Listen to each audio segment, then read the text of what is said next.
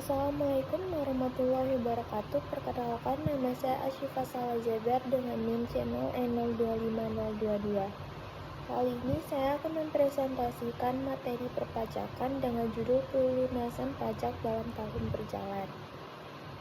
Pelunasan pajak dalam tahun berjalan adalah mekanisme pembayaran cicilan atau angsuran pajak penghasilan yang dilakukan oleh wajib pajak individu atau badan setiap bulan atau masa tertentu dalam satu tahun pajak.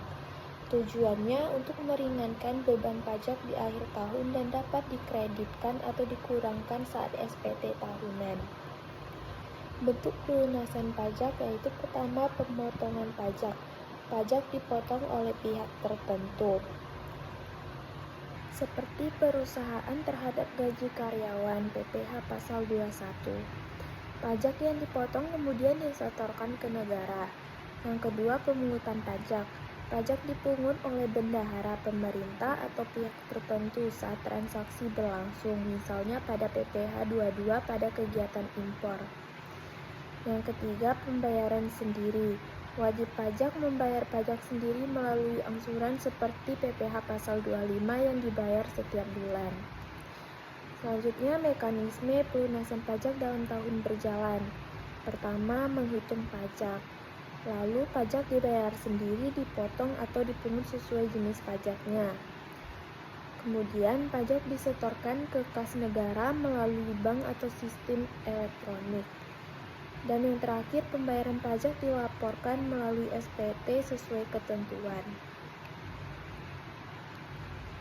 Selanjutnya, macam-macam pemungutan pajak penghasilan atau PPh. Yang pertama, PPh Pasal 21, di mana pajak atas penghasilan berupa gaji, upah, honorarium, dan tunjangan yang diterima oleh orang pribadi. PPh Pasal 22, pajak yang dipungut atas kegiatan perdagangan tertentu seperti impor atau pembelian barang oleh pemerintah. PPh Pasal 23, pajak atas penghasilan seperti dividen, bunga, royalti, dan jasa tertentu. PPh Pasal 24, pajak yang dibayar di luar negeri dan dapat dikreditkan di Indonesia. Kekurangan pembayaran pajak pada akhir tahun pajak setelah dihitung dalam SPT tahunan. Lalu PPh Pasal 25, angsuran pajak dibayar sendiri oleh wajib pajak setiap bulan. Kemudian PPh Pasal 26, pajak atas penghasilan diterima wajib pajak luar negeri dari Indonesia.